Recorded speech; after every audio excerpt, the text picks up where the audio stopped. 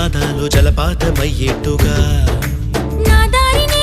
మళ్ళించగా నీకెందుకు అంత పంతం మంచేతిలో ఉంటే కదా ప్రేమించడం మానటం